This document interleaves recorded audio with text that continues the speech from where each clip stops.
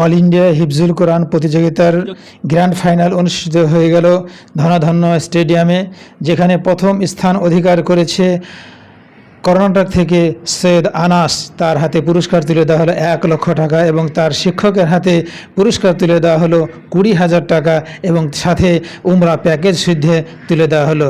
এবং দ্বিতীয় স্থান অধিকার করেছে পশ্চিমবঙ্গ উত্তর 24 পরগনা মিনাখা থেকে তানবীর আলম দ্বিতীয় স্থান অধিকার করেছে, তাকেও 75,000 টাকা এবং সাথে উমরা প্যাকেজ এবং তেনার শিক্ষকের হাতেও 15,000 টাকার প্রাইজ তুলে দেওয়া হলো।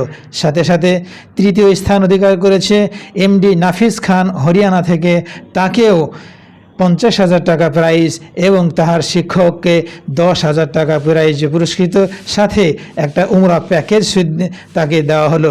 দেখে নিব সেই অনুষ্ঠানের বিশেষ কিছু ভিডিও চিত্র।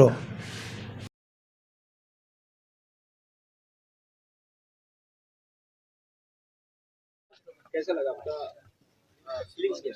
अल्हम्दुलिल्लाह बहुत जोर से बोलिए। अल्हम्दुलिल्लाह क्या मिला आपको? वही 1,00,000 का कैश इनाम और उम्रे का पैकेज और हजरत को उस्ताद को 20,000।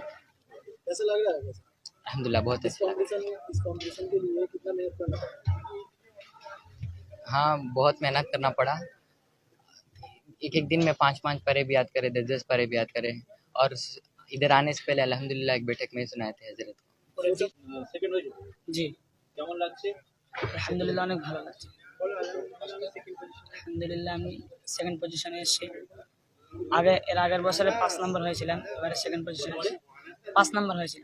5 নম্বর এবারে সেকেন্ড। আলহামদুলিল্লাহ অনেক ভালো লাগছে। কোথায় বাড়ি তোমার? আমার বাড়ি মিনাখা, মালঞ্চ, উত্তর 24 পরগনা। প্রস্তুতি কেমন নিয়েছিলে?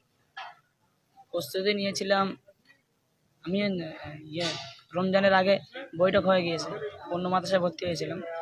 প্রোগ্রামের 1 মাস আগে থেকে প্রস্তুতি নিয়েছি।